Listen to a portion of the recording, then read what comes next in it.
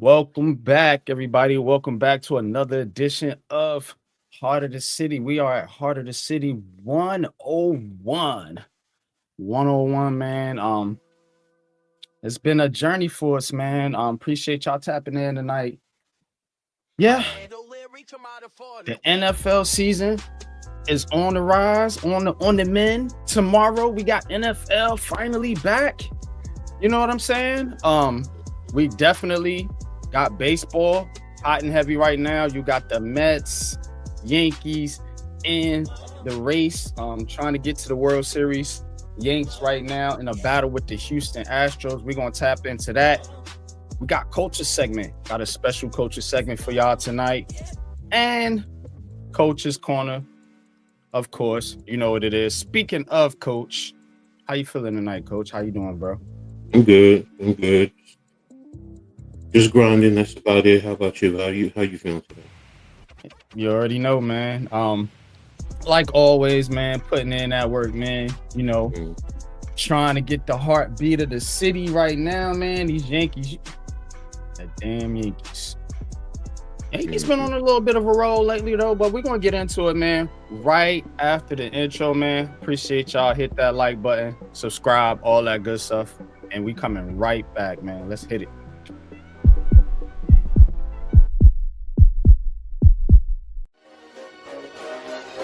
Ricey K, the Raisin Man.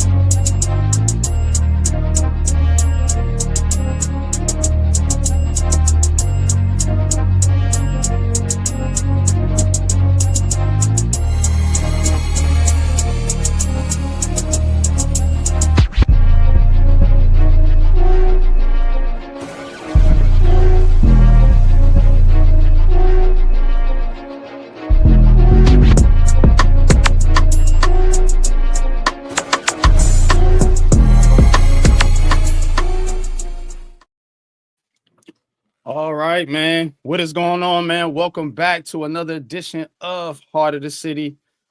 And we here to talk New York sports, man. But appreciate y'all tapping in. Hit that like, as I said in the beginning. Man, Coach, you ready for some football, man? Yeah. Are you ready for some football, man? We got the Giants and Jets to talk about tonight, of course. Giants playing the Commanders and Steelers. I mean, the Jets, of course, playing the Steelers. So we're going to get into that here in a little bit and around the city. Also, Yankees in action tonight versus the Astros. Let me pull that one up. Right now, it is 4-3.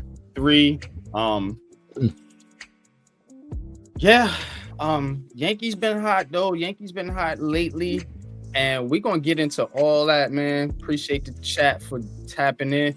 Appreciate the producer, my man Big Pat, on the controls for the night. So that being said, let's get into around the city, man, and walk the blocks. Like I said, let's walk these streets and see what's going on in NYC. I want the power, but I want the level of respect first. Said I want the power, but I want the level of respect first. Yeah, I want the power, but I want the level of respect first. Yeah, I want the power, the level of respect first. New York Yankees. All right, New York Yankees. As I mentioned, 4-3 right now over the Astros. This game is in the top of the 7th. Yankees getting a home run from Stanton, another home run from Austin Wells, and it has been the home run show for the Bronx Bombers. They right back to being the Bronx Bombers, coach. And this team they've been hot lately. Not going front. 8 out of the last 10. You gotta respect it, man. As we take a look here at the wild card, the Yankees do own the top spot as of right now over the Boston Red Sox, but they can't tie with the Red Sox. You know why? Because they can't beat them, and they have lost that season series, and so they got to finish ahead of the Red Sox. But what's crazy though, all they've been through, coach, take a look at this. They are only 3 games behind the Blue Jays. Only 3 games behind the Blue Jays for the American League East Division title. So that is the race right now. Yankees right now, again, in the top wild card spot, 3 games behind the Blue Jays for the Division League, and it has been led by the home run coach. The home run has been the catalyst, as in most years with the New York Yankees. As we take a look here, Jazz Chisholm 0 in on 30 for 30 like an ESPN goddamn documentary. Get him, Jazz. That's what I'm talking about, son. Yeah, a little swag there, you know what I'm saying? But 30 for 30, man. Jazz Chisholm, man, who has been on fire for the New York Yankees this year. That is 30, of course, home runs and 30 steals. He needs 2 more home runs and 4 more steals to eclipse that mark. Yeah, it's been heading in the right direction so far, coach, in recent weeks for the New York Yankees, man. But give me your thoughts, man. Give me your thoughts on the Yankees real quick as we go around the city, man, and walk these blocks. I mean, you just said it. It's definitely a different trend. I mean, they're 8-2 over the last 10. So, yeah, they're definitely on a hot streak. This is what we have been expecting and wanting from them. Like you said, 3 games out of the division lead, and actually 3 games out of the overall American league, So, you get 3 games, there's a strong possibility you could be the number 1 seed in the AL. So they just got to stay focused, keep riding and doing what they're doing, play good ball, and let's let the chips fall where they may. So if they play like this, then I'm confident they can get back to the big show, and continue to do what they're doing here. They just got to continue with this, get the big hitting when necessary, get some impactful pitching from time to time, and do what you need to do. So, like I said, 8-2 over the last 10, because that's what I always look at. That says a lot. Yeah, man, no doubt. Iman Perry, man, my bro. What's good with you, Iman, man? Appreciate you tapping in. Salute to you.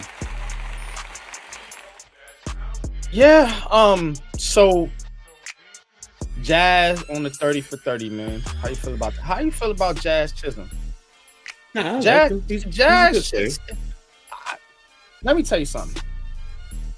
And my man is up to bat, right on cue, man. And this, you see how tapped in I am, man. Like, come on, bro. Jazz Chisholm 1 for 3 tonight. As he is up to bat for the Yankees. Looks like they got him here. He pops it up. So, but how you feel about Jazz, man? Because I like players like this. I like versatile players.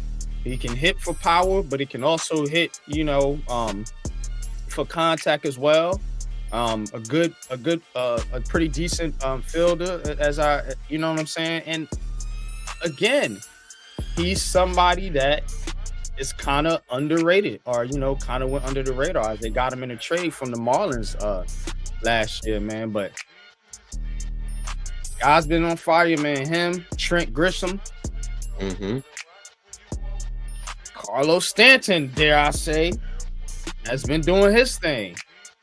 But my question is, Coach, can the Yankees win a World Series with this home run or bust pretty much style of play? Because that's what they are, Can they? There is this good possibility, but it always falls back on the one thing: pitch. Especially in the playoffs, it's always about pitching. So because you're going to run into a situation where you're going to be in a low-scoring game, and you're going to need your pitchers to step up. And now, we love the home runs. I get it. Fans love it. And if they're on, if guys are hitting right now, and then if you can add Aaron Judge to the equation, then yeah, they become that much more fearsome as a baseball team. But like you said, can they win slugging it out for a World Series? It's going to be tough. I mean, it can be done, but I'm going to say the percentages say it's low. So, if I would say out of 10, I'd make it maybe 2.5 out of 10 that they can win the World Series slugging home runs. Yeah, see what I'm saying? That's kind of it. That's kind of it right there. As good as I feel that they are moving in the right direction and winning some games and getting back into the thing and not falling completely apart, I still have my doubts that they can really take this thing and go all the way. Spike Jazz, doing his thing. Like I said, guys like Grissom, of course, Aaron Judge being Aaron Judge, and then Stanton seemingly getting back on track here lately. I still got my doubts, bro. I would be much more secure in my fandom if you had both, because then I could say, with the way Friday's pitching, Freed, and you at least have two at the top of your rotation come playoff time that you could say, all right, we're going to get in, and then you can work on the middle to the back end, and nickel and dime with your bullpen. So now, if like I said, if Cole's here right now, I'd say, yeah, we have a good chance of winning the World Series. Right now, I just want to see us get to the lead of the division, and then after that, get the AL, and then everything else will fall into place. Yeah, man. I'm with you there. Let's get into the Max Fried, by the way. Last night, giving up one run. Yankees won 7-1 over the Astros. Right now, still in the dogfight, 4-3 game. We'll keep an eye on this one. All right, let's go over to the Mets. Let's go over to the New York Mets and New York Mets. This one to the Tigers today. Detroit been rolling. 81-60 on the year, and they took care of the Mets tonight. The Mets have been struggling, bro. They've been on a struggle bus here recently, man. Pete Alonso, doing his thing or whatever. You got Soto over there, Nemo, Lindor. I mean, they got a good lineup, but it has been a struggle, much like the Yankees, man, with the pitching. And again, we're gonna go back to the standings, and let's take a look at the Mets here, because they are right now in that third wild card spot. They do have a pretty solid lead over the Reds and the Giants. 4.5 game over the Giants and 5 over the Reds right now. But with this Mets team, Coach, last 10. They 6-4 in the last 10, which ain't bad, but it doesn't feel good. You know what I'm saying? It doesn't feel good with the squad right here. Again, man, I don't think they did have this kid. Remember the kid that I talked about? Jonah Tong or Tong. I guess that's how you pronounce his name, man. But he had a pretty good day in his debut. I'm trying to get his numbers here. I'll get those here in a second. But they called him up, so they're trying to get some help in the pitching department. Is my point, because Cubs, right? The Cubs are at the top right now. Mets chasing them and the Padres, but they trying to get some help in the pitching department because, like I said, they got hitters. You got Pete Alonso. Pete Alonso, by the way, there's some rumors, some baseball rumors. I give y'all a little rumor mill here. There's rumors that Bellinger might be out and Alonso might be in with the Yankees.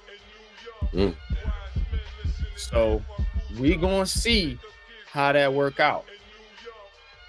But we still in the season, so let's get back to it. Mets team, with the Cubs, with the Padres, with the Dodgers in the NL, the Phillies, your Phillies in the NL. What is your chances that the Mets can really do anything and get to the World Series? Because I'm not confident in them right now. No, I'll put it like this: 0.00000.2. That's where I'm gonna put it with the Mets. I'm gonna be honest. You know, with everything that you got to go on, the Phillies, the way they are, you still have the Dodgers out there. The Cubs are doing. I mean, you can sit down and you can go over the National League and you can see the Brewers, how they're playing out in the Central, you know, and then of course you got the West with the Dodgers, San Diego. I mean, it's tough. It's going to be tough for the Mets to make it to the World Series, you know, let alone to get out of the first round of the wild card. Yeah.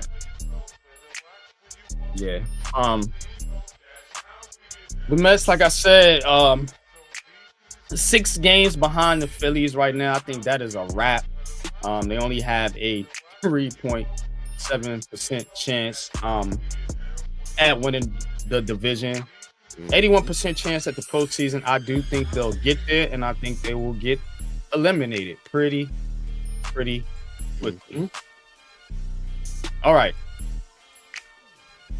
Let's get to some football. Oh, you ready for some football? Oh, man, let's go. You know what I'm saying? Let's go with the New York Giants. We're going to start off with the G-Men. New York Giants. So, the Giants, the season's here, Coach. Enough of the nonsense. Enough of the tough talk, the bragging, the trash talk. It's time to play some football games on the field here. And basically, the Giants going into this one as 6.5-point underdogs in a division game against the Washington Commanders, according to ESPN Bet Sportsbook. 6.5, Coach. They pretty much saying that the Commanders is going to take care of the Giants, no problem. And this ain't the fans speaking to me, but that's crazy. And the reason that that's crazy is because A, it's a division game.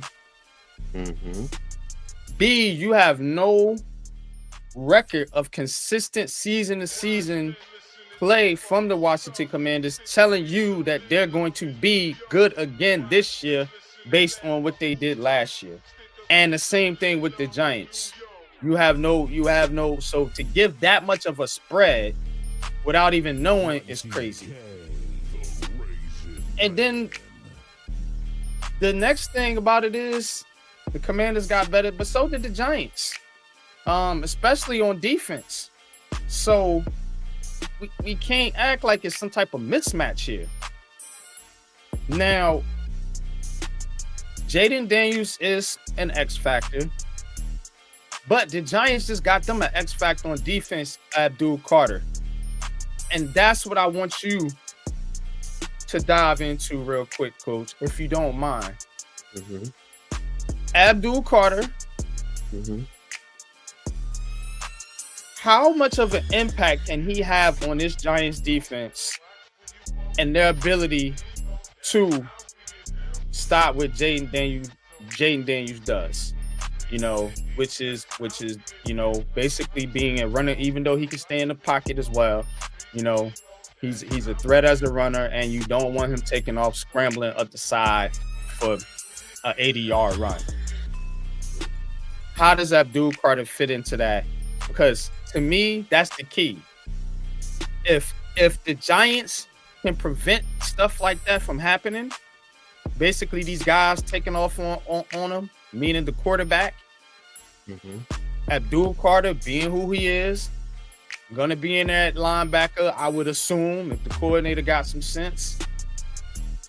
And how does he fit into that, Coach? Talk to me, man. Y'all hit that like button. Heart of the city, baby. Let's go. Abdul Carter, first game. Does he have the ability to make a lot of impact plays during the course of the game? Yes, he does. It's still going to be his first game in the NFL.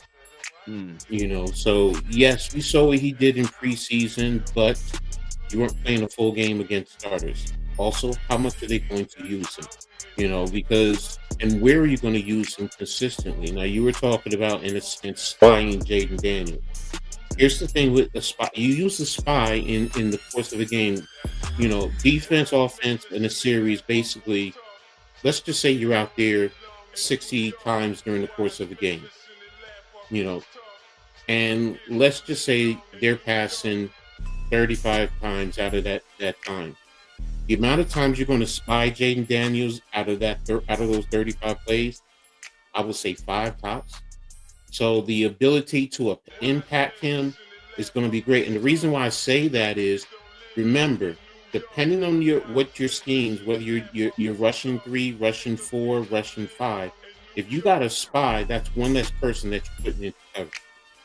He's just basically standing at the line of scrimmage and watching the quarterback. So what are you going to do on the back end also? So it's a mixture. Can he make plays? Yes. Is he going to rush and get after the quarterback? Yes. Do I expect him to get a sack in the first game? Yes, based on the scheme. So that's the factor, the situation of how the game is going. You know, before we can even talk about pass rushing, you got to control the line of scrimmage. You can't let them rush. You can't let their run game, because then they don't need to pass. Because if your run game is being effective, then it reduces the amount of times you have to pass because you're running the ball on them. So that's what I look at first. And, you know, you initially said about it's 6.5 points. You know, to me, 6.5 points is nothing. It's not like, oh, they're going to walk away with it. Now, if you told me it was 10 plus in the NFL, then I'm like, okay, that's a big thing. 6.5 it's a touchdown.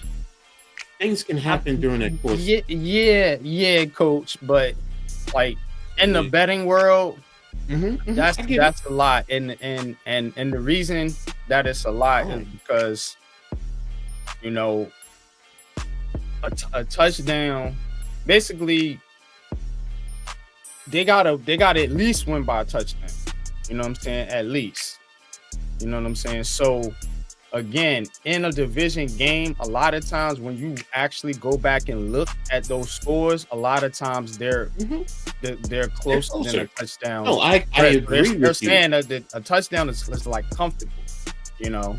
A 14-point lead is basically a blowout. A 2-touchdown lead is a blowout. So a touchdown lead is basically you're gonna win comfortably. You know, it ain't gonna be no last-second field goal type of deal or nothing like that. So that's what they're telling you. Yeah, I get Leave, it. salute, man. Appreciate you tapping in, bro. But go ahead.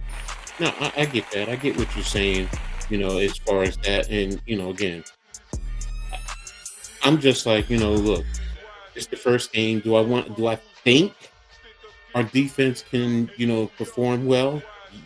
Yes, I'm hoping we can, you know, but let's be real. The past few years, it has been, you know, so, you know, my emotions kind of, you know what? Let me see what we can do. Now, I'll tell you more after the first couple of series, what I'm thinking and how I'm feeling and what, you know, how it's going, you know, but first series, I'm like, you know, it's the start of the season. Second, third, then you start to get a general idea. Okay, now I'm looking at the strategy and how they're starting to use the players. And then once you get into the middle of the second quarter and then the second half, then you really start diving into it. You're going to know how the game is going. So, you know, but Abdul Carter, I'm hoping he comes out there and he makes plays on Burns and Thibodeau and Dex and whoever else they line up next to Dex. If that front line can handle Washington's offensive line, then it's going to be, and we'll be able to eat. Yeah, you already know. But yeah, that is it, man. Looking at the injury report, man. This Andrew Thomas thing, man. How do you feel about that, man? Is that a concern for you? It's always been a concern, but it's a concern because he has the talent. But I also have a out of sight, out of mind type of mentality. I'm sorry. He hasn't really been here. I haven't seen him all preseason. Do I think he's going to come in first game and play at an all-pro level? No. If he's out there, I'll be honest with you, I will be concerned because he hasn't practiced. He hasn't practiced this whole time. So it's like, you know, you're talking about 1 week to ramp up to go out there and play in an NFL game. So it's like, and I know you guys don't like Hudson. I'm not a big fan of Hudson either, but I think Hudson would do better than Andrew Thomas that first game because of that. You know, now if you were talking about next week and Andrew played the whole game and they were next week, that's a different story. Then it's a different story. So yeah, I don't think so. I don't think the Giants will be okay. I don't think Russell Wilson will be okay. Let me put it like that. I think I think that's a big for Russell Wilson. You know what I'm saying? Like, yeah, that's yeah, like, because again, blindside. Wow. And if he go out, guess who's the number 2? They announced it. That's Jackson Dart. There you go. I'm telling you, they firing it up, coach. I know you little tricky Giants guys. I know what y'all doing. No Andrew Thomas for the first couple games. Go on out there, Russ. Go ahead, son. Do your thing. Wow. Look at this snot knocked out of him. Now whether they win the game or not, because again, there's other factors like we talked about the defense, this running game, which I'm excited about with Tyrone Tracy and Cam Scatterbo. So it doesn't mean they're gonna lose the game, but this is a huge concern, especially for Russell Wilson. Understandable. If the offensive line goes out first game with Thomas or not, and they can handle Washington's front line, it bodes very well, even for Russ. Yeah, definitely. You know, definitely. I mean, they got Washington they got Bobby Wagner, Von Miller. They got some players over there now, so you better be able to handle. You know, they might be old, but again, don't be an ageist. Them cats can still play. You know, at a high level. They over there for a reason. They got paid for a reason. So, you know, just naming off the top of my head. But again, you know, Armstrong Armstrong is questionable. It says it right here. He's another player on that line. So I mean, yeah, all right.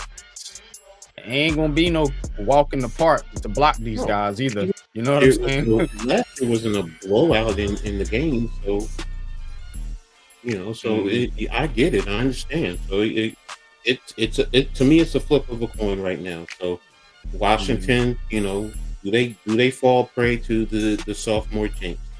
That's the big thing with them. So I do think this is weird though.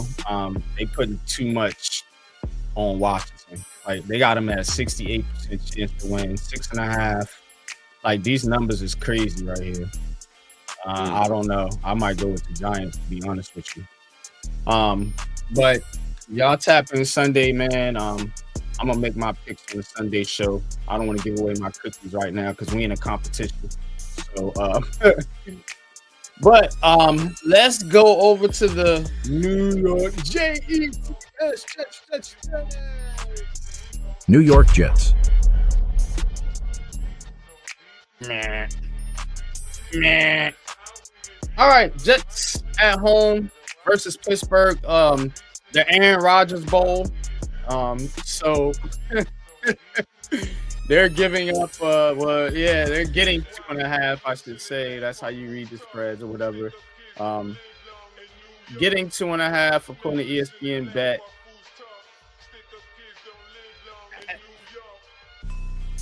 The only hope for this Jets team is that they're like the number one team in rushing, which I hope. Breece Hall, come on, buddy. I'm counting on you. But that's their hope. That's the hope here, Coach, because I have no confidence in Justin Fields. This defense is all right. It's a decent defense, but against Pittsburgh, I don't know. Remember, Pittsburgh did pick up DK Metcalf. I know they just got Sauce Gardner. We'll see how that works out. We'll see what Aaron Rodgers does. And if he's motivated to prove a point going up against his former team. What's your thoughts on that, Coach? On this matchup here with the Jets? I think it's an interesting one because is anybody sold on Pittsburgh for real? I don't see this as no Blazers. Like, all right, yeah, Blazers. Yeah, well, shout out to Blaze. You know what I'm saying? But he's a Steelers fan. Here's the deal with the Steelers. It's going to be just like I was saying about the Giants. It's going to be about their offensive line. All right, if their offensive line cannot protect Rodgers, the Jets are going to get after him. And then it's going to come down to who can put yourselves in position to at least kick a game-winning field goal if it gets to that. So I understand you're right about Justin Fields as a passer. You know, if I'm Pittsburgh, I'm basically loading the box and I'm daring you to throw the ball. I'm daring you to throw the ball. That's what I want you to do. You know, so you know if you can get after it there, you know Justin Fields is going to have to show something. And until he shows consistently that he can make the plays in the passing game, you know, I mean, I'm going to say it. I mean, Chicago really screwed him up because when he was coming out of O State, he was not this bad. It wasn't that bad, was it?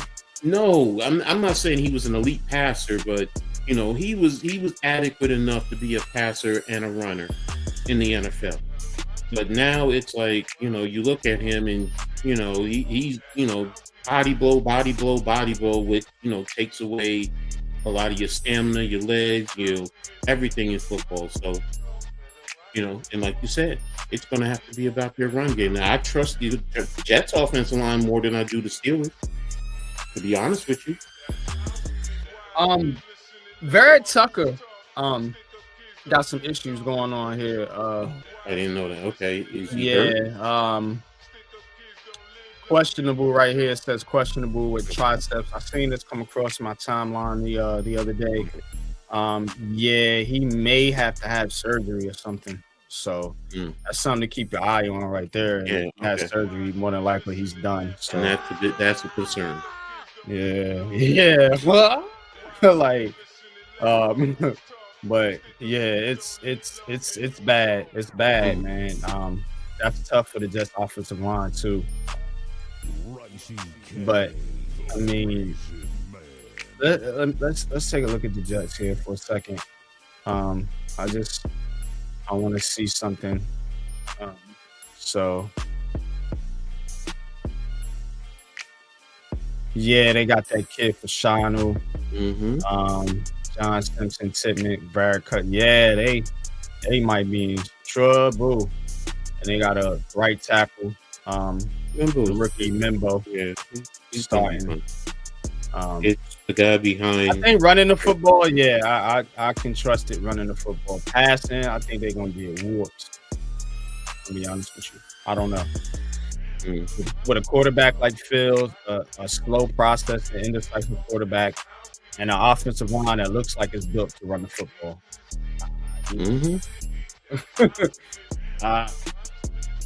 Expect the Tomlin defensive team to be well prepared for this. So, I'll let you chime in for a little bit, Leaf. If you're still there, if you want to rap with us on the basketball portion of the show. I'm gonna be brief with the basketball though, because it really is not a lot to talk about. I got a question for you. You know, I got a question for you in reference to basketball. Yeah. All right, we're going to get and to it. Yeah. Let me send this out to Leaf. But or I have a rant. Let me just put it like that. Not a question. I have a rant. A rant. All right. So is it on the Knicks or Nets? The Nets. Go. Remember I sent you the what's it called in the chat and on your DM. You said you got it about Julius. Yeah.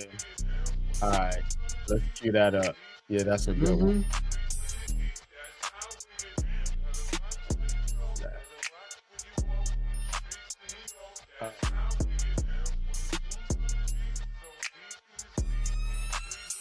All right. Oh wait. Oh, you may have to send it to me again. Hold on. Did I get it? I got one about Bill Belichick. I'm gonna have to go back up. Hold on. Let me pull it. Yeah. I got the one about Bill Belichick, which I'm gonna use that one. So I'm gonna use that one for on the money or out of pocket. And Carmelo, good luck getting into the Hall of Fame.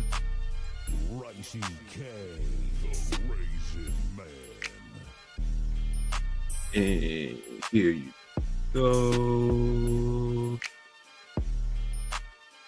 All right, I just sent it to you. I mean, I'll just talk about it. We don't have to do a video or anything like that. I can just talk. Nah, I wanna show the video. We're gonna bring Leaf in real quick here. Yeah, we'll leave first, and then you can cue that video up. Nah, we're gonna talk about it together. Hold on, because I got something else for the Knicks as well. Here we go.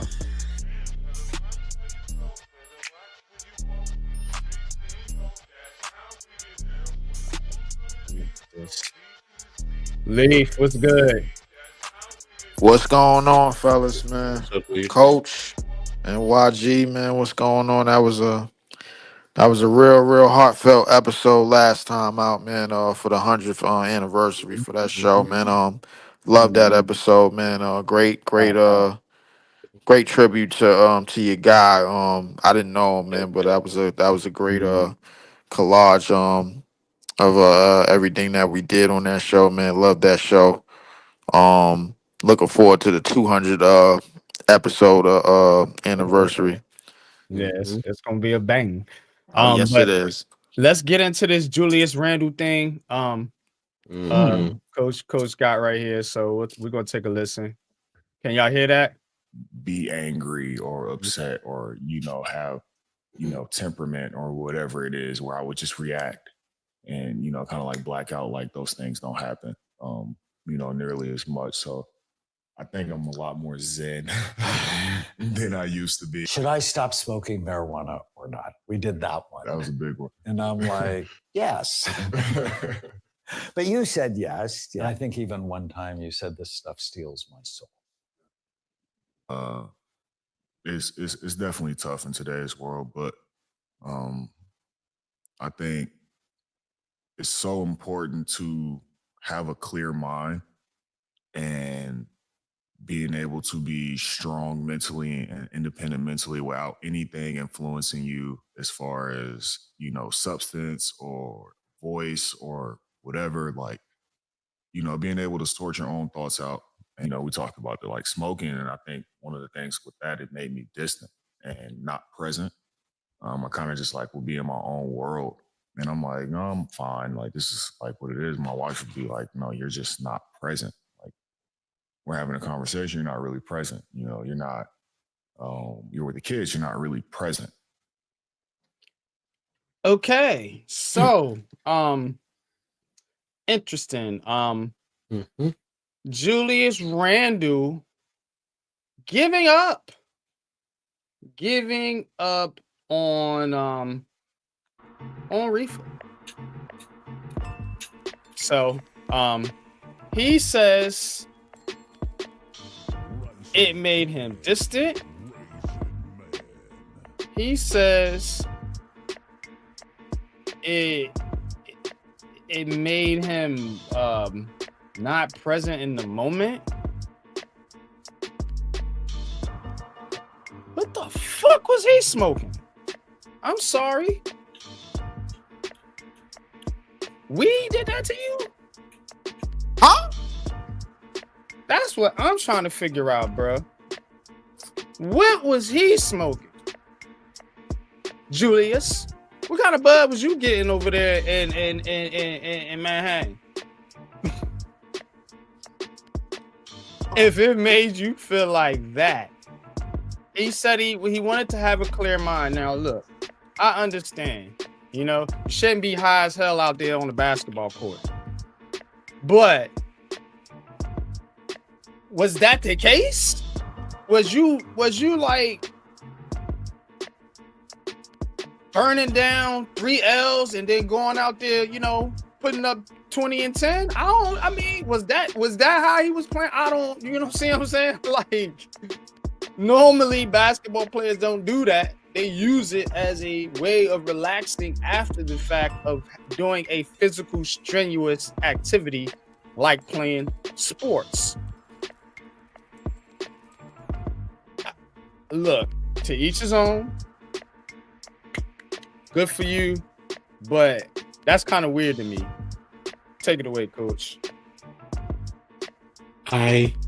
First of all, it sounds like to me you're saying your inconsistent performance was, like you said, because of weed.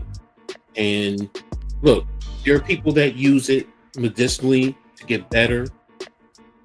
There are people that do it recreationally. We understand that. But what I'm taking from this is, first and foremost, you were smoking way beyond those factors. It sounds like, your wife is telling you weren't even, so you're saying you weren't even there for your family. You're blaming smoking on you being here in New York and playing for the New York Knicks. But now you go to Minnesota and it sounds like you gave it up and everything is all hunky-dory. So now you sold out on the Knicks. You sold out on the Knicks fans, the Knicks organization. You sold out on the NBA while you were here playing for the New York Knicks, because you're saying that you weren't having a clear mind. Yes, you should have a clear mind when you're out there on the court, period. Case closed. Absolutely. That's your job. I get that. And I respect that part. But, just like you said, what are you doing? Were you smoking before the games then? Right. I'm like, when you say this, first of all, as a Knicks fan, to me, that's a slap in my face as a Knicks fan. Because you weren't respecting us as us fans as an organization enough to come in and handle your business accordingly as a professional. because you are a professional. That's like anybody else who goes to work. If your job, you're not going to go to work smoking if your job does not allow you to do that.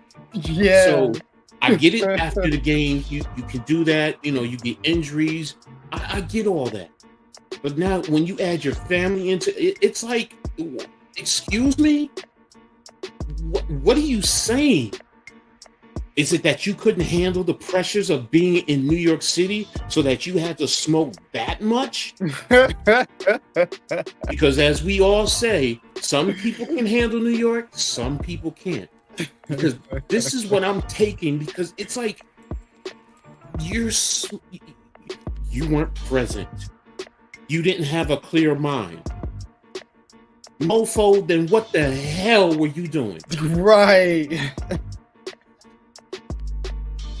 Look, I've always been hard on Julius Randle. I tried to back off a little bit as things went down.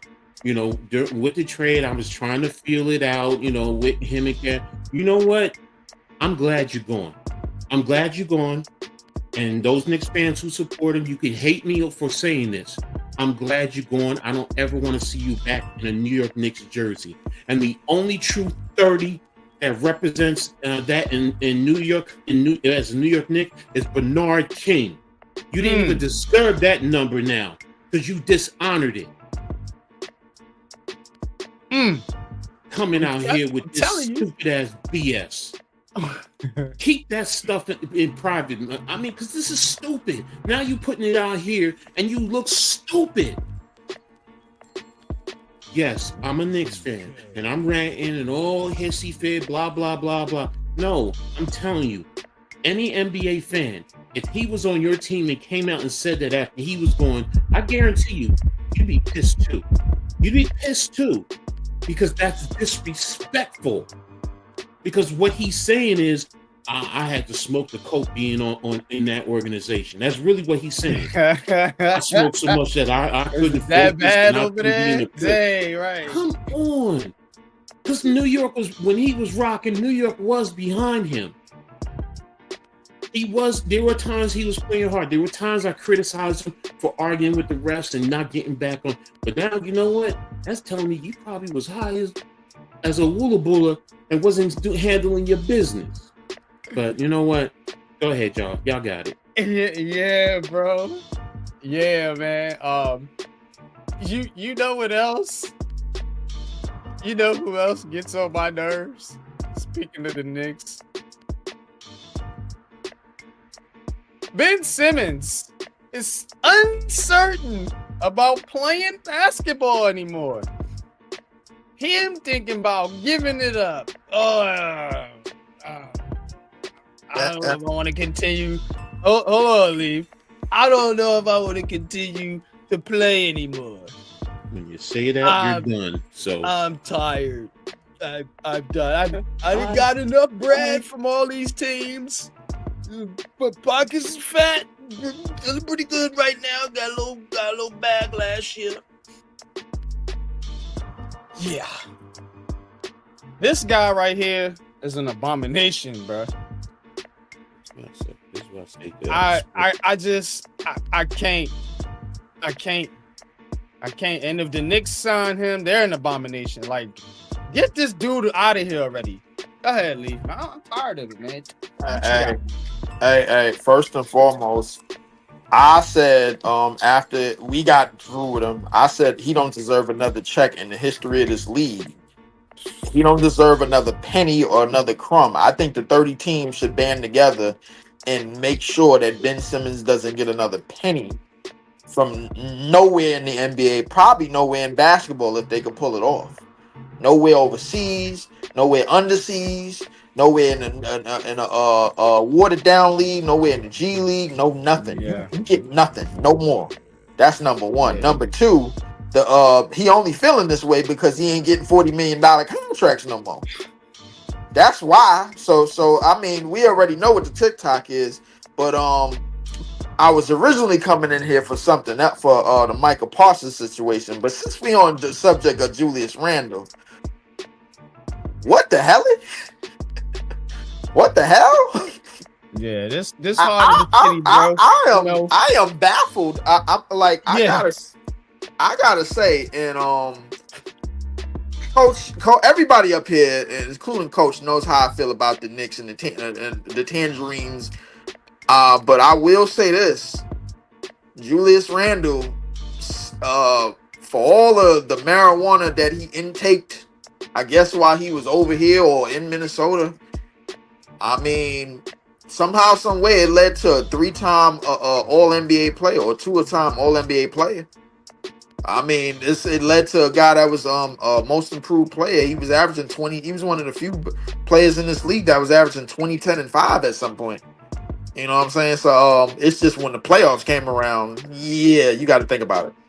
But I will say, hey, you know, I probably want to be funny with this, man, but Julius Randle, the fact that you not on the weed no more is probably gonna ruin your play, because you was probably balling out while you was on the weed. And that's what people gonna say, yo. You might have been your best version of yourself while you was on the weed.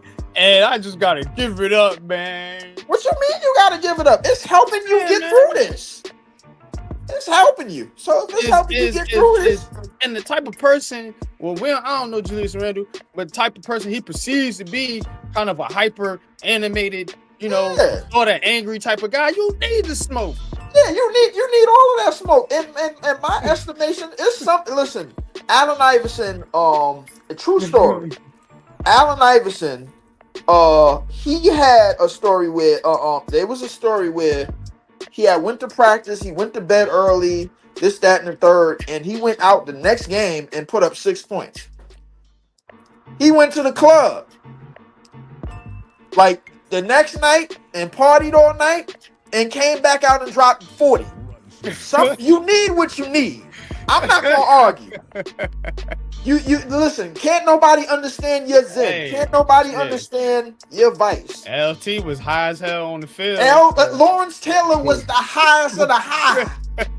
And it's arguably one of the Rube drank fucking beer and smoked cigarettes and hit fucking 70 home runs. Michael Jordan played 18 holes of golf before and lost money to Danny Ainge and put up 60 the next day on the on the Celtics.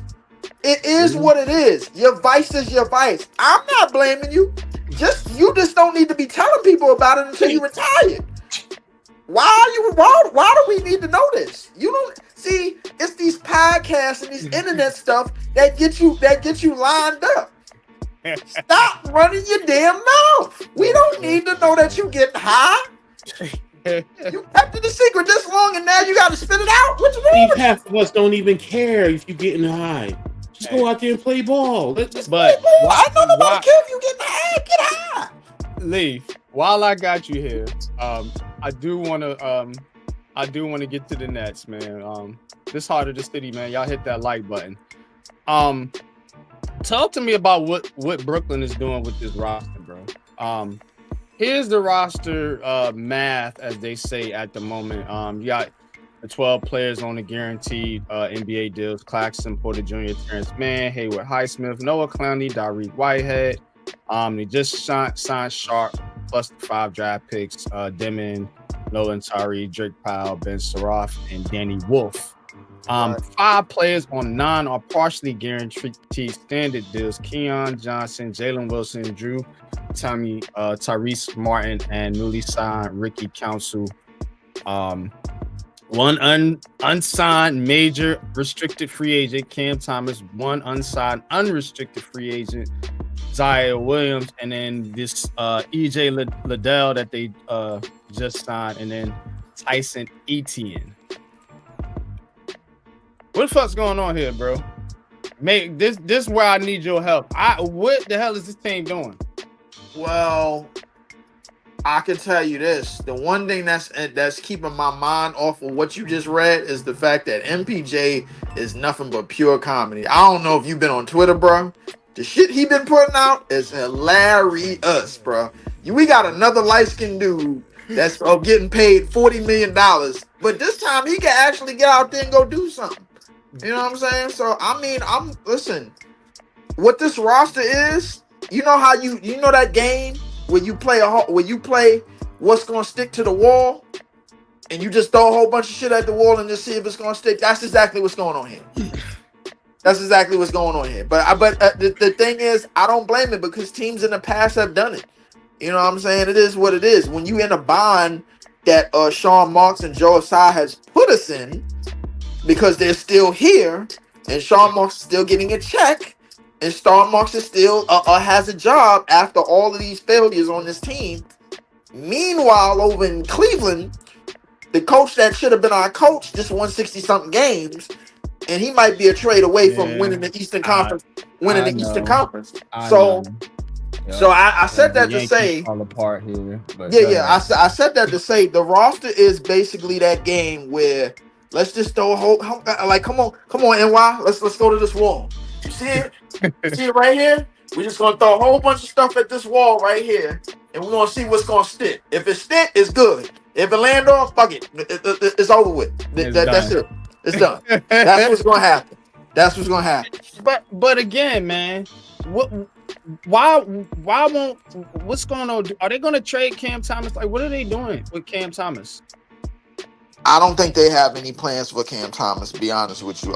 They just came out with a war morale on YouTube or whatever on a page, and Cam Thomas is not a part of that morale. They got MPJ at the center of it.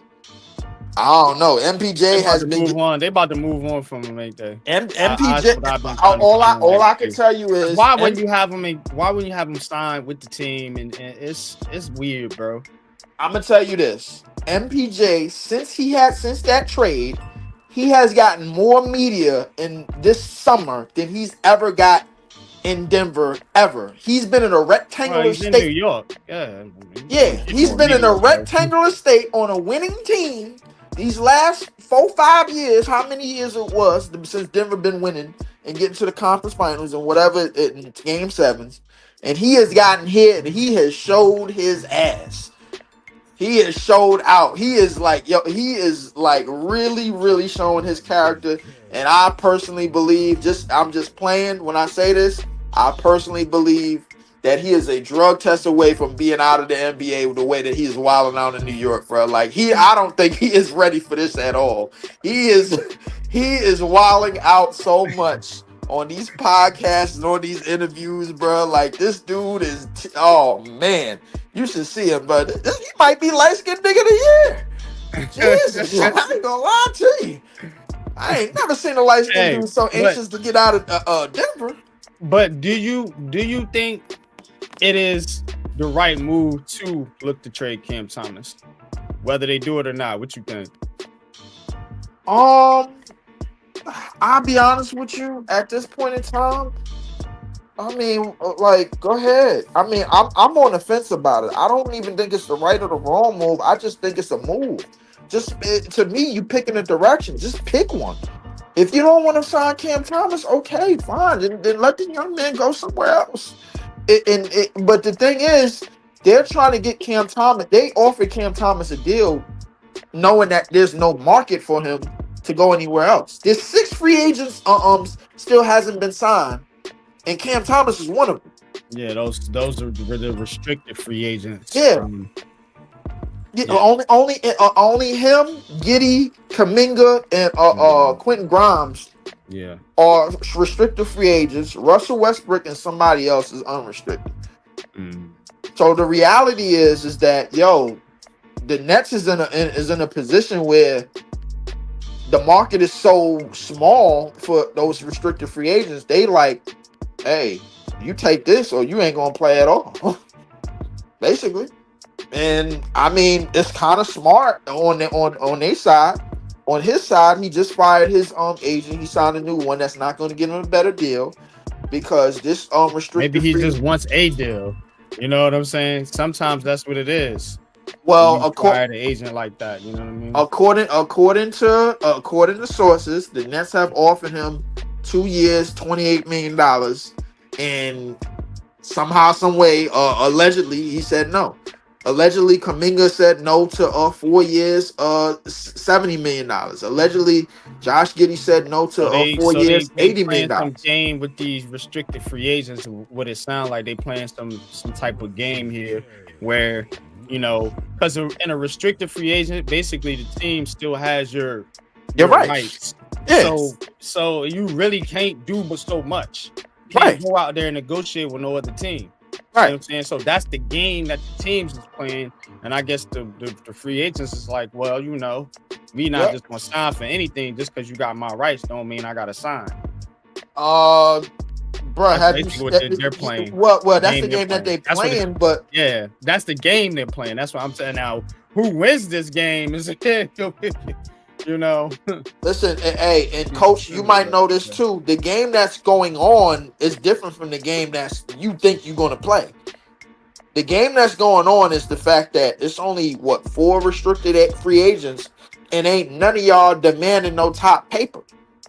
Not one of y'all. Kuminga is the only person that has a championship because he was on the Golden State Warriors, and that's somewhat of an incentive. Josh Giddey got traded from a team that just won the NBA championship. He wasn't there. So the reality is, Cam Thomas, you don't have a trophy case. You don't have no MIP case. You don't have no nothing case because they basically bottomed you out because you played 25 games last year thinking that you was going to get 4 years. You was going to get Tyler Hero money this year. You ain't getting it. I'm sorry. All right, man. We're gonna leave it there, man. Appreciate you tapping in, man. We're gonna get into our coaches segment here, though. This thing is weird, man, and I'm with you, Leaf. I think it's time for them just to pick a direction, and if that means moving on from the kid, just move on. But don't have him because then you bring a guy in the locker room, he's unhappy.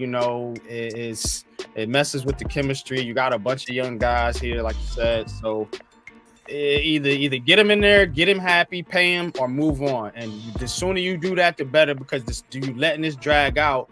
Players see that, people see that, fans see that, teams see that, and it's a bad look, in my opinion. That might not be unpopular because I think that's just a real spill. Coach, real quick, I do want to get your thoughts quickly. I know this ain't your team, but give me your thoughts quickly on this Brooklyn Nets situation, man. Then we're gonna get into coaching. I mean, you guys touched on it. I mean, Cam Thomas is a restricted free agent. I mean, yeah, he can go out and negotiate. I mean, if you have a smart agent and there's a team willing to do it, probably pay more than what market value is to either bluff the Nets or force them to sign him, because that's really what it boils down to. You can match whatever he can get out there on the market. And if it's something that the Nets can afford, feel they can afford, or that he's worth it, then they'll do it. But more than likely, they're not. And if I'm not mistaken, you get 2 first-round draft picks if he signs somewhere else, and you don't match it. So it's a win-win for the Nets in some regard. So yeah, man. No doubt, man. But we're gonna get into our culture segment here. And yeah, man. Just look, we love New York, New Jersey, and we do these culture segments to give you a vibe of how we grew up and things that we done. So this one's gonna be dope. Hope you guys tap in. Leaf, you more than welcome to stay and chop it up with us, man. Appreciate you tapping in. Producer, you can chime in as well. We're gonna have some. I finally got some time off, man. I had to get up more up here, bro. Like they've been working me like a damn slave out here. Nah, the 6 to 12. It's some bullshit. Man, you calling it that until I gotta cough up rent day. Rent day, but that's when right. Look. If you can pay your rent and not stress, it's a win. That's what it's called. That's a win. I know too many people that they working and they still stressing, can I still have enough money to pay my rent? So, bro, you said paying your rent, that's a good thing. Yeah, I also need a wash and dry, and I work at a damn furniture store, so I got my own problems. Yanks down 8-4 now. They always seem to lose when we come on this show. But anyway, they was up 4-1 and they giving up the goods now. But cue it up, Pat, man. Let's get in this culture segment, bro. We're gonna have some fun with this one.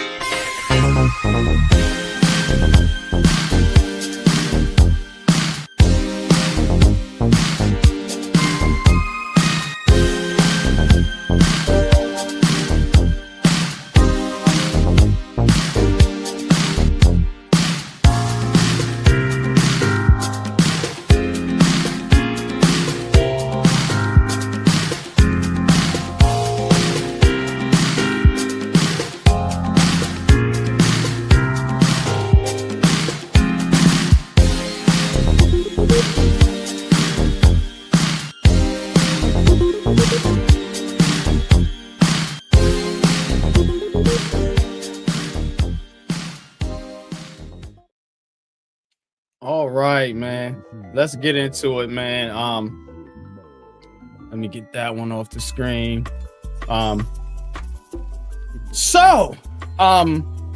Let's see. I don't know who set it off last time. Was it you, Coach? I think so. I can't remember. I'll set it off. Let me get my list together. So we're going with my list to start with, Pat. So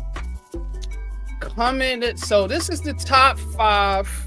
Let me set the stage. This top 5 street games in New York. So basically, more or less childhood games. Adults don't. I don't think 40-years out there playing some of these. Maybe I'm wrong, but again, they play another type of games. Hey, listen.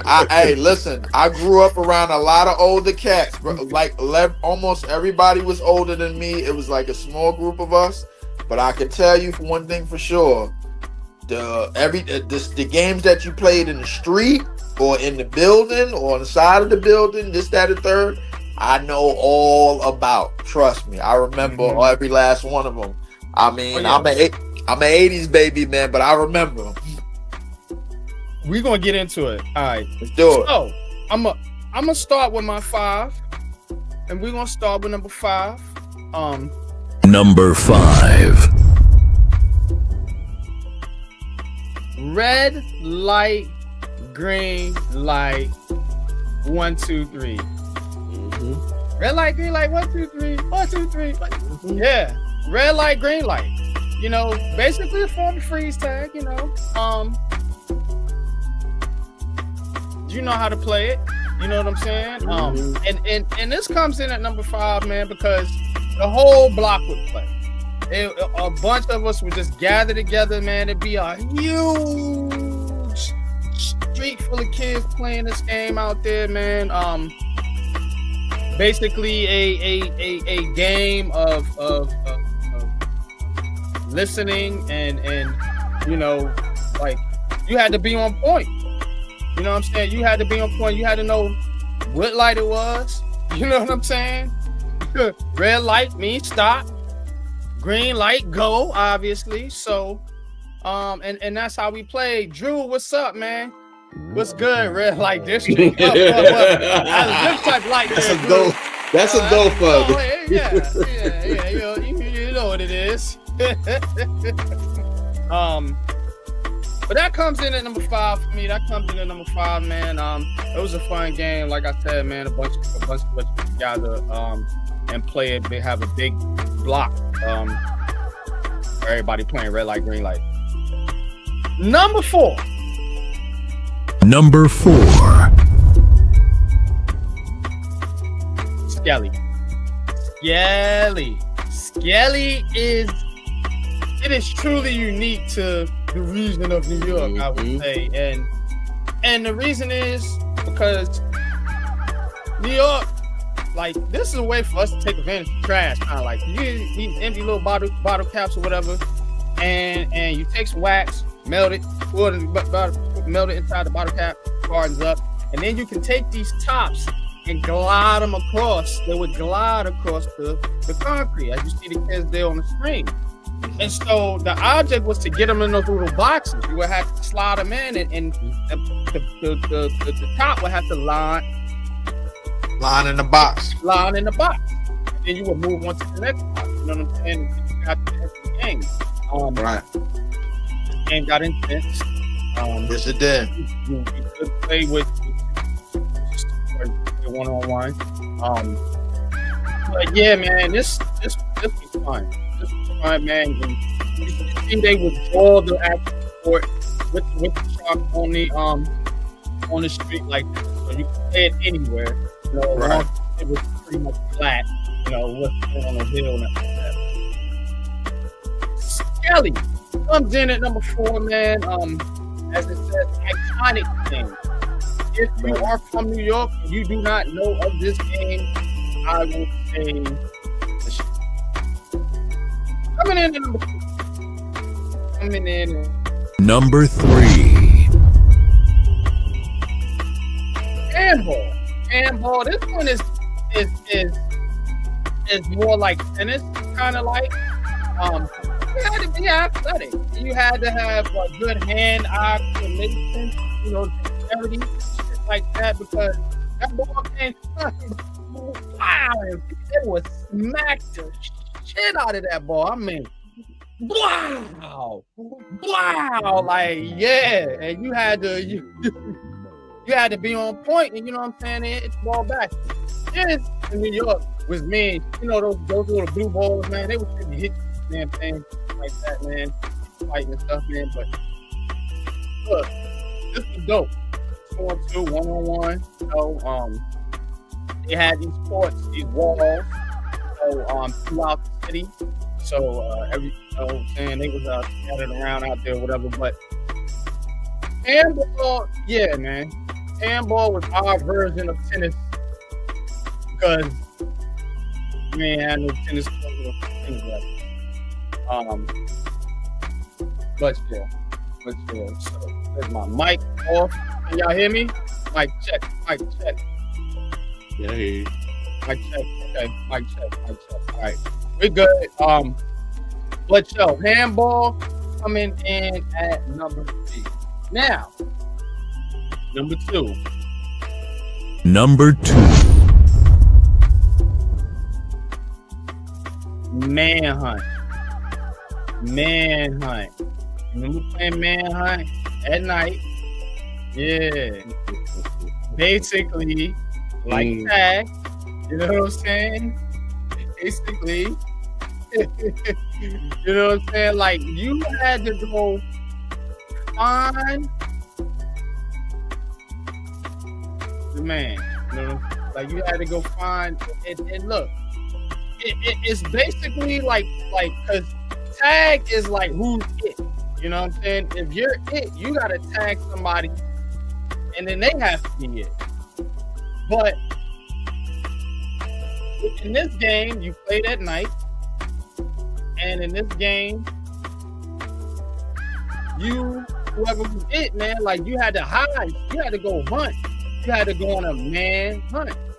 That was the name of the game, a man hunt. So man hunt coming in at number 2 for me. Hopefully my mic is good. Mic check. Manhunt, man. Manhunt was dope. Everybody had their version of tag. This was our version of tag. and then when you played it with girls, it turned into something different. Mm-hmm. It did. It definitely did. Yeah. I ain't gonna lie. We got in trouble a couple of times. I ain't gonna lie to you. Yeah, we it definitely did. We had to stop. We had to send old girl. We had to send old girl back to the second floor, man, because she wanted to play every time we played. So obviously, all right, we're gonna move on. Coming in at number 1. This is my game because this is my mortal sport. Hit it, man. Number 1, man.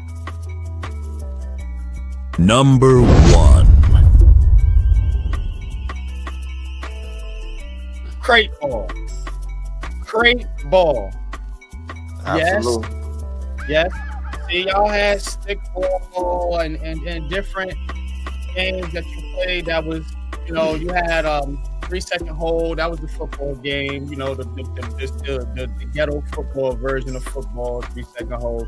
You had the ghetto version of baseball with the stickball. This was the ghetto version of basketball, crate ball. And we played the hell out of it because we didn't have hoops everywhere. You just put up the crate. Like they playing on grass, so they tough. We at least had tugs, and you were the best. But again, you could put this up anywhere. A crate, a milk crate. Yeah. And get a basketball, and yes, that basketball will fit through that crate. Got to cut out the bottom though. You gotta cut out the bottom, obviously. You don't keep digging the basketball off the crate. That's dumb. So you wanted to go through, but yeah, bro, this was my shit. Because again, when I wanted to play basketball, all I needed was a basketball. I could find one of these crates anywhere, or we could put one up. Yeah. So, and look, man, we would put the damn things anywhere. On fences, on street lamps, like wherever we could find. We put them on bars. We put them on we had a staple gun. We put them on a wall. We put them on a tree. The illest thing about putting them in certain places, it wasn't no backboard, so you had to, like, if you were shooting that, you had to make sure it hit nothing but the bottom. You know what I'm saying? So you had to be nice, and it got you shot right. It did get your shot right. It got you right, yo. Playing trade ball, man. But that's my top 5, man.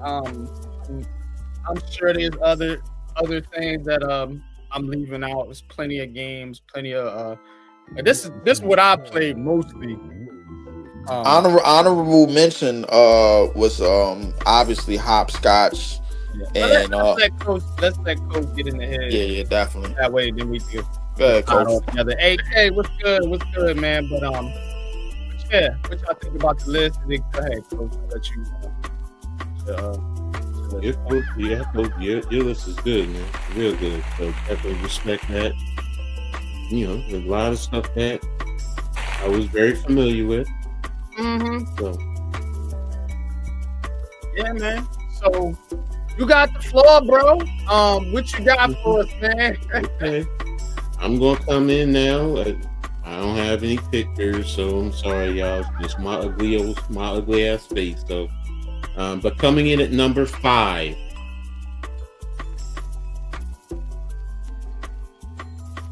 Number 5.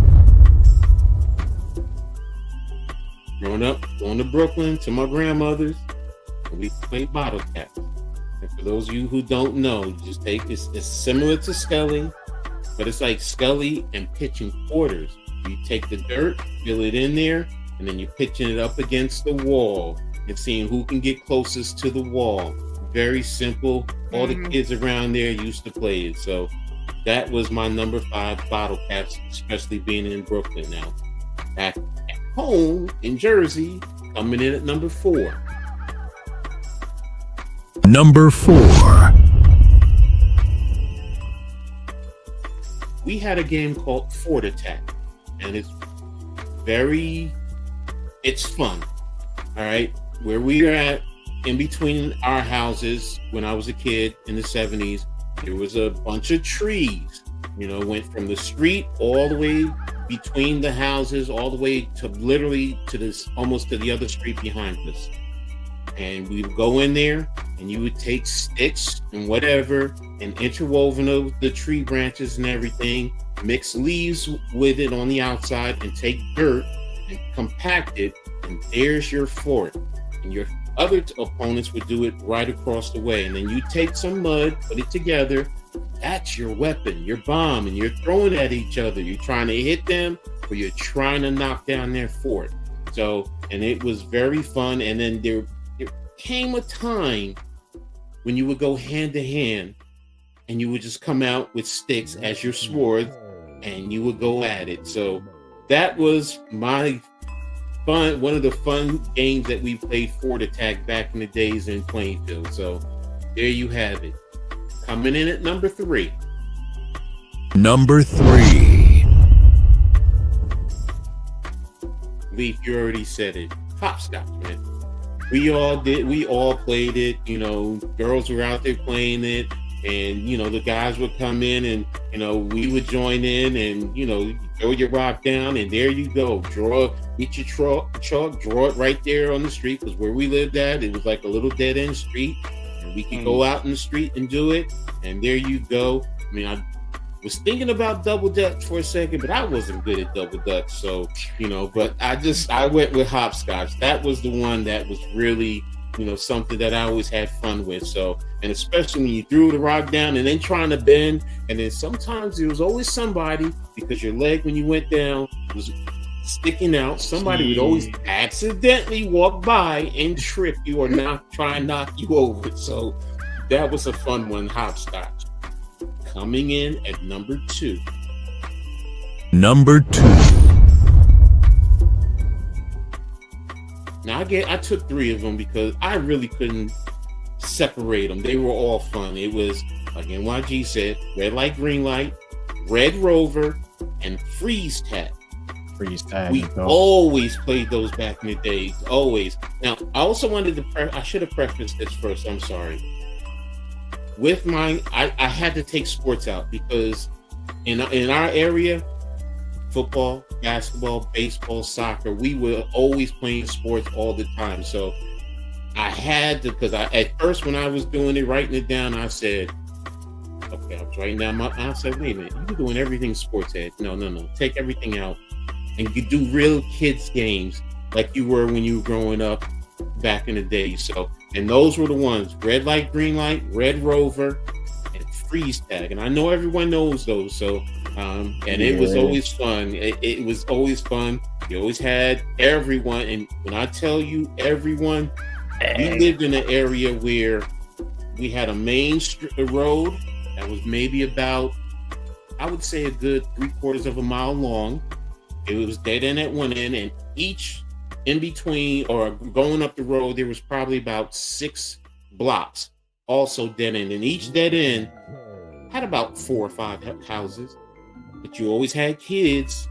Everybody, there was one block that everybody always gravitated to, and we were always red light, green light, red rover, freeze tag, whatever it is. So, and there was always that one old lady on the block that stay off my lawn. So it was just like, damn it. So, but there you go. And coming in at number 1. Number 1. Fellas, I know y'all all know. There it is, electric football. We all played it back in the days. You played electric football. You had your tournaments. Everybody. You tried to get all 32 teams. I had all 32 teams. I'm not gonna lie to you. Technically, I actually had 64 teams because I had teams in the home and the away jerseys. So wait, you had all? You had both teams. You had all the teams in both jerseys. Yep. Oh, you was wild with it, man. Yeah, we were serious. But here's the thing: we played tournaments, and it got to the point if you lost your team. Oh wow! So remember, I'm a coach, and I had strategies. I knew exactly. You turn the players, get them I used to get the lineman the block, and I would get the running back. And they would say, "Oh, you going right here. But they wouldn't realize sometimes you just turn a little bit, maybe you aim in there, and then the running back starts going this way, and your blocking is going the other way, and bang, there you go. So that was it. That was the one. And here's the other factor. Sometimes you ain't have electricity. What did you do when you didn't have electricity? You're banging on the table. Somebody's always saying, don't bang too hard because you're going to knock them over. But you really are trying. And sometimes you try to move down the line a little bit. Man, there you go. So that was it. And when I say in my block, we had that. How you think I got all those teams? We had a lot of kids. And everybody had electric football. So there you have it. So it's bottle caps, Fort Attack, hopscotch, red light, green light, red rover, freeze tag, and electric football. I ain't gonna lie to y'all. My father had it back then, but I never played it. Shout out to electric football. I remember he had it, and by the time I really wanted to play it, by that time we already had Tecmo Super Bowl in the house. So that's what I was on. I was on the video game. Yeah, so I got a 5 for y'all, man, if y'all want to hear it. But I mean, this Go ahead. Let Pat get in there, and then I'm let Leaf get in there. This is where I gotta save y'all on the culture part every time, man. Back where I'm from, man, we played a game called curb. You got a basketball, and you line up 5 people on the side of the other side of the street, and whoever hit the curb the most times on the other side of the street won. It's called curb. Then we had a game called, I don't know if y'all ever heard it, monkey in the middle. With 2 people on the ball. Yeah. You throw the ball, whoever's in the middle, you got to get the ball in order to not have to chase for the ball all the time. And then we had a game, I'm only gonna name 3, but we folded a piece of paper into a triangle, and we called it paper football. Yeah. We played that. Played that in the lunchroom. Slide it across the table, and when you get to the edge, you get that paper on the edge. That's a touchdown. Then you had to kick it through the goalpost. Dangerous. You know what I'm saying? Like, there's plenty of culture games out there, man. And like I said, I love this segment, man. It brings me back to the old school days, man, when we was young childs running wild, man. Yeah. You know what I'm saying? And our creativity was on 1,000,000. That's a fact. fact. The game on out of anything. That's a fact. But I love the games that y'all brought up. A lot of things y'all called Skelly and everything. Shout out to my Aunt Lorraine. May she rest in peace. She passed around about 10 years ago. But it was a game called Jacks. When you had a ball, you bounced the ball, you grabbed as many jacks as you can before the ball came back down. She used to tear us up until we got old enough where our hands got bigger to where we could grab a little bit more jacks, and then we used to tear her up. She used to get mad and tell us to go outside. So I love those games as a child, man, but I love this culture segment. I'm gonna go back into the background, let Leaf do his thing, and let y'all do y'all thing, man. But I always got to jump in on the culture segment, man. This is dope. Appreciate it, Pat. Yeah, no doubt, man. But Leaf, what you got, bro, man? I know, man. Leaf, you from Brooklyn too, bro. So talk to me. I'm gonna be honest with you, bro. I don't got it in no real order, but when I was young, I was real big at going to the park, and if I wasn't playing basketball, I was playing the old heads and chess. I ain't gonna lie to you, I was playing a lot of the old heads and chess because my father taught me how to play chess, and we was real good at it to the point where we actually got in the chess club. Oh, you gotta play me in chess, bro. I'm with that. I ain't played chess in so long, but it don't matter. It's still there. When I played it as a kid, like I was money. We played it so much in the house. By the time we got outside, we figured out how to play something called blitz chess, where you had to make your move in like 1 minute and tap the thing and tap the punch. Yeah, so we played that. Number 4 we also ran to the park and we played dominoes. We played dominoes with the old heads too, man. Like dominoes was cool. Dominoes was definitely cool. I played with the a lot of the Jamaicans up put me on that. Yeah, shout out to the shout out to the Jamaican heads and the dreads. They put me onto that too. Another game we played was a lot of forms of tag, but we played like the illest form of tag I ever played was bike tag. Tag on a bike. I ain't gonna lie to you. That was the illest. Tough. Yeah. Yes, bike tag was ill because we all had our bikes. And we was biking around Kingston Park for mad long. To the point, bro, like where we had to like really stop because we was biking everywhere. We put a bike on the baseball field, bike tag on the courts, bro. Like they was getting real mad at us, so we had to stop that. So what else? Definitely remember quarters.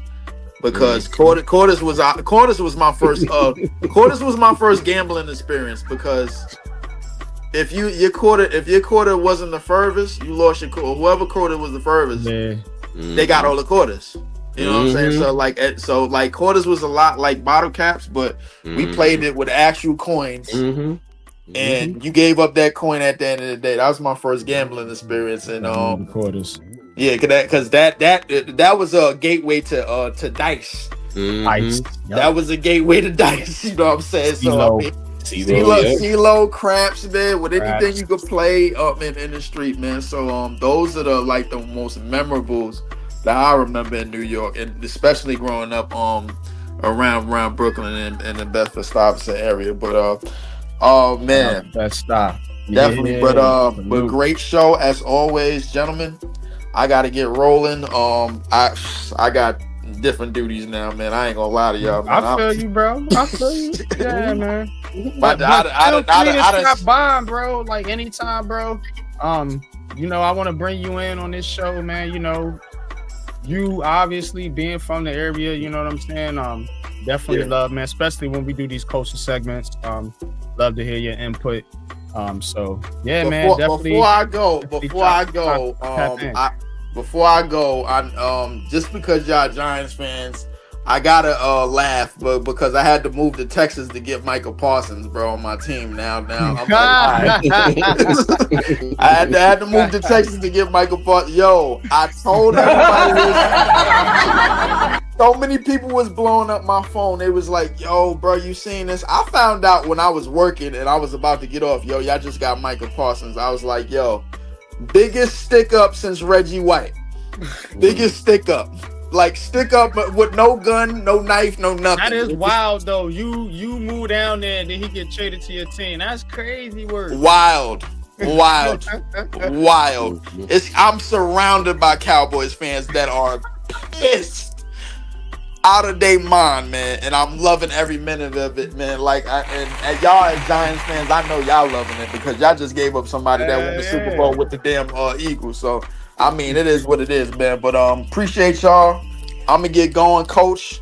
Always, man. Always appreciate it, NYG. We gonna get back at it, man. With whatever this season is, man. We gonna get at it, man. But I'm gonna make sure I tap in with y'all, man. I'm gonna holler at y'all. All right, Leaf, man. Appreciate you, man. I gotta ask you and Pat one question though, because we all rode bike as kids. How far is your longest wheelie that you rode as a kid? Don't tell me y'all ain't do it, because we all did it. We all did it. I busted my ass too. I rode for at least a block. At least a block. Y'all know how big those city blocks because that's all we did was practice. So once you got it, all you had to do was maintain. So, you know, you would go out there, you know what I'm saying? Like, dang. Like, because we used to measure by the manhole in the middle of the street. So I would go from manhole to manhole to start off, right? And then, you know, I get to the second manhole. Then before you know, I had that whole block. That's exactly how you look doing it too. Yeah. Yo, so going to school in Chicago, you know how long those city blocks are in Chicago. I got 2.5 city blocks. I almost made it to school. Yeah, super pause on that. And when that's what they call them, though. It wasn't anything else I could really put in place to that word. But when I got to my distance, I busted my ass, boy. Like, I didn't have no strength. I went up, flipped up, and everybody was rolling. It was like, man, we told you to stop a long time ago. You're always trying to show out. Wow. But just to go into a little bit of coach before we get into coach's corner, do you know how much of adventures you had when you was a kid back in the day? Do you know that during that day, if you was outside during that whole day, you went to corner stores, you went to schools, you went to parks, you went to other people's blocks. The kids from the other blocks would all meet up everywhere. Do you know how much of an adventures you did that day? Like, literally, you would literally go across your whole city in a whole day. But that just tells you how the times have changed, because your parents knew that you were safe. And people will look out for your kids, knowing, hey, this boy, did y'all know that boy went all the way to the other side of town where Luther was? You know, Luther is damn near 25 minutes from where we live, and he was all the way over there. And Luther called me and told me, hey, you know, your boy is over here. I'm looking out for him. He ain't doing no trouble. He ain't into no BS, but he's out here with my son over here in his hood. I used to walk from Crown Heights to Bed-Stuy. Oh, you know what I'm saying? Walking? And that's all we did. We walked, we took the bus and the train. But a lot of times we ain't had the money for the bus and train, so you had two options. You hop the train, or you walk, or you rode your bike. In New York, the era I grew up in was the 80s crack AIDS era, the era of, you know, a lot of violence in the city. So to Pat's point, for us to be out there as kids just walking around was really kind of crazy. Like that was wild, bro, because you gotta understand, it was all kind of murderers, killers, crackheads, rapists, just a lot of fuckery going on, just to put it mildly, you know. But we came and went, you know, with kind of normalcy. It didn't. It was because just like normal environment. You know what I'm saying? Like we was conditioned to see that shit. It was a goal back in the day, though. No women, no children. You know what I'm saying? You see those children going out there playing and everything. I don't care what you were. You don't mess with those children. You see what I'm saying? Because those children are innocent. They're just out there playing. They're, like I said, your imagination was on 10. You know what I'm saying? Like, I witnessed murders, bro. Yeah. Like, yeah. I witnessed. And then you looking like, is this motherfucker about to point, clap me? And then they just off running like. Yeah, I've witnessed a lot of things as a kid. But you know, just to say how good your imagination was. You remember the RPGs like Mario RPG and Final Fantasy? I always tell this story, and my aunties and my mom are so mad they didn't have the money to copyright it or get a trademark for it. We created a game just like an RPG out of toilet paper rolls, construction paper, and a Monopoly game board. And we built houses, everything. We built a forest. And we came up with characters. We had a knight, we had a cleric, we had a mage. And you rolled the dice. And when you landed on a certain space, we had things called birdmen, we had sloths, we had sandworms, we had everything that you saw in that Final Fantasy game. We had it. And you rolled dice. If If you rolled an odd number when you landed on an opponent, you got hit. But if you rolled an even number, you hit the enemy. And we had hit points, health points. We had everything. We had bosses, everything. Do you know? We played that game for about a year and a half. You would do Saturday morning. We would play that game after cartoons and shit. Saturday morning cartoons, yeah. Do you know? A year later, Final Fantasy became popular.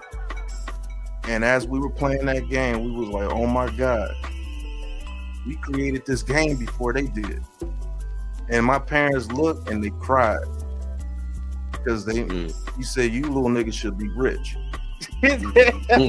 We watched you little niggas create shit out of old toilet paper rolls. Don't throw that away. We need that. Yeah. And my mom be like, what the hell are y'all doing with damn paper towel rolls? Y'all getting on my nerves. And then when they saw what we created, they was like, holy cow. And we sitting there playing that game, rolling dice. Playing hit points, everything. We created the whole thing, the characters, everything. We created the AIs, everything. Right before Final Fantasy was made. To Coach's Corner. Wrap this up, man. But that's dope, bro. Like, yeah, it was so much great. And we should do a show like that. We could do board games, video games. I don't know, Coach. You may not. I don't know if you played a lot of video games. I played Atari back in the day, so that's how old I am. Yeah, we gonna get into this, bro. We gonna expand on this segment a lot more. You know what I'm saying? That is very true as well, Drew. Yeah, we could do a top 5 on that. Just to answer, where my $10 at, Drew? I ain't wearing no damn chucks. I wasn't wearing no damn chucks back in the day. Oh yeah, hell no. Where my $10? Nah, and I was a Magic Johnson fan too when back in the day too. So no, but I ain't wearing no daggone chucks. Nope. Yeah. But let me get back in the background. This coach's we're gonna get into Coach's Corner, man. Videos, Coach, my images won't come up. They just won't come up. You had it up there. Yeah, but that's only one. The rest of them won't come up. It was just a Liberty. So I mean, I got one, but I'm gonna run through it quickly, though. Seriously, let me get through it. All right, we're going to get into Coach's Corner, man. Y'all tap in. This is where Coach goes into the WNBA as well as college football. College football, man. I definitely want to hear what you guys saying on college football, man. I've been waiting for this all freaking week, yo. So, definitely, man, we're going to get into Coach's Corner, man, right after the intro, man. Let's cue it up.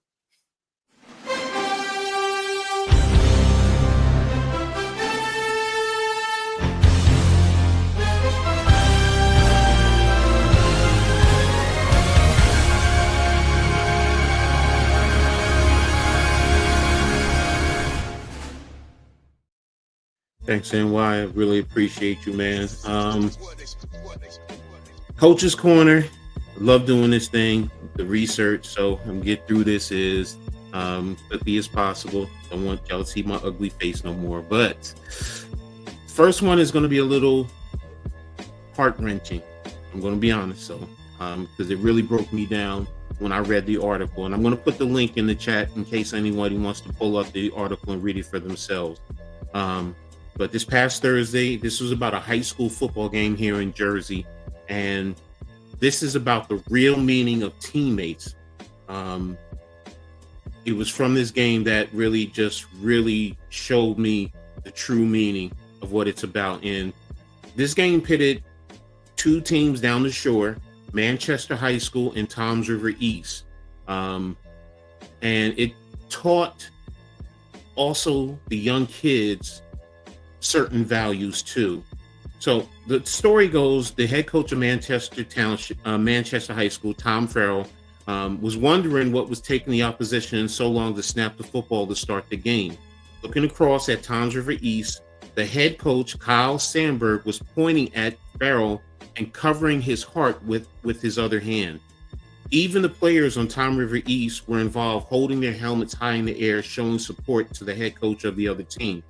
They were taking a delay of penalty on purpose for Farrell's family. Farrell and his wife, Sophie, had just lost their second child, a daughter, Regan, after complications in the 21st week in a pregnancy. Then 4 days later, they had to put their dog Pinot down to sleep. They had to put their dog to sleep. All of this happening is enough to make people lose it. Seriously. Like I said, I was bawling reading this story. Coach Sandberg was quoted as saying, "Sometimes we forget it's just a game. We're all humans. I wanted him to know that there are people here that care about him and Sophie and that you're not alone." This story shows the true meaning of teamwork, being supportive of others, and having respect for others, even if they're on the other side of the field. So it's very heartwarming. They have the pictures there of him, his wife, and their first daughter. So I just put the link in the chat. So if anybody, again, wants to pull it up on NJ.com, there you go. You can go ahead. Let me make sure it comes through too for you guys. Yeah, it did come through. So there you go. You can go ahead and pull it up. Okay. Now I'm going to move on to our New York Liberty. They've officially secured a playoff spot, earning and currently sit in the 5th spot. Now they have 3 games left in the regular season and trying to move up in the seedings. Now, if the playoffs started today, they would take on the Phoenix Mercury, who are in the 4th seed, because the Liberty are the lower seed. Friday, they will be in Seattle taking on the Storm, who are also fighting to stay in the playoff. They're in the 8th seed. All season long, New York has been dealing with injuries. Tasha Cloud just came back from a broken nose. Naira Sabally is either just played last night or is set to come back on Thursday. Sabrina Ionescu has been out about 3-4 games right now dealing with an injury. I mean, it just seemed like every time I turn around, somebody on this roster has been injured. But this team continues to push through because they want to defend their title. I'm also keeping an eye out to see if Jelani Hamilton makes it back. She hasn't played all year, but they were saying she was supposed to be coming back sometime around now. So we'll see. So there you have it with our Liberty. Now I'm going to move on to Syracuse football. It was a tough one. They took on the 24th ranked Tennessee Volunteers to open the season in Atlanta, and they ended up losing 45-26. Syracuse quarterback Steve Angeli was 23 of 40 for 247 yards, 1 touchdown, and an interception. Running back Yasin Willis ran 23 times for 91 yards and 3 touchdowns. Now, 8 players for Syracuse caught at least 1 pass, headed by Jonte Cook with 6 receptions, 58 yards, and 1 touchdown. The Orange were outgained by the Volunteers, 493 yards to 377. So it was really tough. Now, I was watching Coach Fran Brown's interview afterwards, and some people were trying to make it seem like it was something else with what he was saying, but they didn't put the full quotes out there. But he was quoted as saying, "The film sucks. It was bad. Some good things are there, but for the most part, we lost." When you watch the film, you can't really tell the difference in being confused or scared. He's talking about his players. We, talking about his coaches, got to make sure they do their job so they can take practice into the game, because you fall back on your training. I don't think everyone fell back on their training. Maybe the moment was too big. Now, people were going bonkers because he said maybe the moment was too big.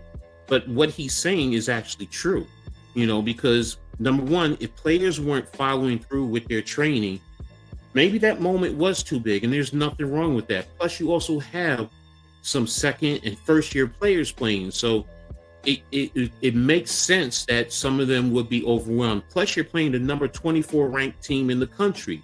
So I say to people, y'all need to step back and just let Coach Brown and his coaches coach up his players, because they have a good team. Now, Syracuse on Saturday plays UConn, who's 1-0. They actually just beat Central Connecticut State 59-3. So it'll be Saturday, 12 noon. Syracuse is actually favored at 6.5 points. So there you go. Now I'm going to move on to the tri-state New York City legend. And today, I'm going to talk about Walter Berry. Now, I loved Walter Berry growing up, watching him play for St. John's back in the day once he transferred in. So, and he was just amazing. Back to the basket, left-handed player, very athletic and gifted. And a lot of times he would try and dunk on your head. He didn't care. So, but Berry attended Benjamin Franklin High School in New York. He led the school to the 1982 PSAL championship, scoring 21 points, grabbing 22 rebounds, and blocking 7 shots in the title game. That's how dominant of a player he was. Now, he began his collegiate career playing at San Jacinto College in Texas in 83-84. He delivered a dominant performance, averaging 28.9 points, 14 rebounds per game, earning National Junior College Player of the Year honors and helping San Jacinto win the NJCAA National Championship. Now, he transferred to St. John's, joined the Redmen in 84, and was a key contributor in the 1985 Final Four squad, ranking second in team scoring behind Chris Mullin. And most of us know Chris Mullin, so he was definitely a baller. In his junior year in 85-86, Berry had an explosive year, averaging 23 points, 11.1 rebounds per game, and he was showered with accolades, including the John R. Wooden Award, Big East Player of the Year, consensus First Team All-American, National Player of the Year honors from multiple organizations, including AP, UPI, USBA, USBWA, NABC, Adult Adolph Rupp, Sporting News, Oscar Robinson, and more. Now, he was drafted in 86, 14th overall by the Portland Trailblazers, and then was traded to San Antonio Spurs. He played in the NBA from 1986 to 89, playing for the Trailblazers, Spurs, the Nets, and the Rockets. He averaged 14.1 points per game and 4.7 rebounds during his NBA career. So he also played internationally. So he went overseas in Europe, playing in Italy, Spain, and primarily in Greece.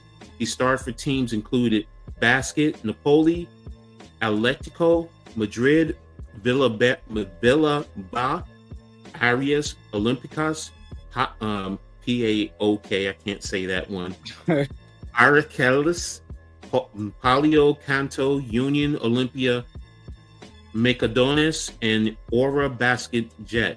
His European honors included Liga ACB top scorer in Spain in 91, FBA Karat Cup champion in 94, FIBA Spora Cup top scorer in 95, two-time Greek League champion 93 and 96, Greek Cup winner in 99, also MVP of the finals, Greek League top scorer in 1995, and induction into the Greek Basketball League Hall of Fame in 2002. So one of my favorite players, always used to love watching him back in the day. So now I'm going to move on to the Princeton den and talk about the women's golf. Banana Kotashanamani, Princeton's golf team was named the 25-26 Women's Golf College Freshman to watch by Golf Week. She's ranked as high as 178th in the world in the amateur golf rankings, and was a two-time Rolex Junior All-American team selection. She advanced to the round of 32 at the 2025 and 2024 U.S. Girl Junior Amateur events, and reached match play in the 23 U.S. Amateurs and U.S. Junior Amateurs. So she's one of the young players to definitely be watching in golf, and I'm definitely going to be tapping in. Now, Princeton has their first match on the 15th and 16th in Toledo, Ohio, at the University of Toledo. So there you have it for Princeton. Now I'm going to bring it into Rutgers. Rutgers and the Big Ten are providing a blood drive competition from August 27th to December 5th. And this is part of the Big Ten. The winning school will receive $1 million to advance student and community health. Now, if you do a blood donation, if you go to and donate blood, you can take that donation and submit it by texting donate to 222688, or if you want to spell Abbott, or by visiting big10.org/Abbott. So those of you who want to donate, help out Rutgers. We definitely want to win that $1 million. AD Kelly Zinn made an important hire hiring Todd Ningsley, Vice President and General Manager of Learfield, Ohio State Sports Properties, as the department's new Chief of Revenue Officer. And his official title will be Executive Deputy Athletics Director, Chief Operating and Revenue Officer. And he brings a wealth of experience in the financial development and athletic developments, having worked for Power 4 programs like Ohio State, TCU, and Oklahoma, and has also worked in the NFL for the Minnesota Vikings. He brings bringing him into the Scarlet Nation fold will go a long way in helping expand the NIL components college programs continue to navigate through. So it's very important for him coming in, because he's going to help expand the NIL initiative that Rutgers continues to work on. The best wrestler in RU wrestling history, Anthony Ashno, is being inducted into the Hall of Fame for Rutgers. He headlines a class along with George Case and the 1950 Rutgers baseball team, Colleen McNamara softball, and Mati Ajabon women's basketball. Those of you know, when Stringer was in vogue, Mati was one of those key ones, along with Essence Carson's back in the early 2000s. So well-deserved that honor there. And finally, Rutgers football opened the 25 season with a 34-31 win over Ohio University, the Ohio Bobcats. That game was Thursday night at the SHI Stadium. Offensively, quarterback Adrian Kalikmanis finished with 18 of 23 for 254 yards and 2 touchdowns, finding wide receivers KJ Duff, wide receiver DJ Sheffield for scoring reception. Running back Antoine Roundman rushed 14 times for 87 yards and a score, while running back CJ Campbell Jr. added 71 yards on the ground. Wide receiver Eaton Strong posted 100 receiving yards on 7 catches. Defensively, linebacker Moses Walker led the defense with a career-high 13 tackles, including 2 for loss. Defensive back Kaj Sanders added 7 tackles and a block punch, which was recovered by DB Cam Miller for a touchdown. Now, there's a lot of things that need to be cleaned up for Rutgers going forward, especially on the defensive side. I mean, Ohio scored 14 points in the second half. Their quarterback, Parker Navarro, gave the defense a lot of issues. He was 21 of 31, 239 yards, 3 touchdowns, and rushed 9 times for 93 yards and a touchdown. Coach Shiano was even quoted as saying, Parker Navarro is a special athlete, and we knew that coming in. He didn't disappoint. So he's plenty of things we have to get better at, but I like doing it from the winning column, and that's a great thing. He also said Ethan was very sharp all night. One other thing, they did a ranking of the top 50 quarterbacks in the country, and Ethan Kaligmanis came in at number 47. So he's definitely on that rank. So there you have it. So that's it. That's what I have for you today in Coach's Corner. Thanks everyone for tuning in, man. Appreciate you guys. Right on time, as we are out of time. Yeah, definitely want to keep this under the 2, if you know what I do. But appreciate y'all for tapping in. Appreciate everybody for joining in on the show, man. Appreciate my producer, Leaf, Coach, the whole crew, man. But y'all see us on the next one, man. Next Wednesday. Till next time, man. We up out of here. Peace.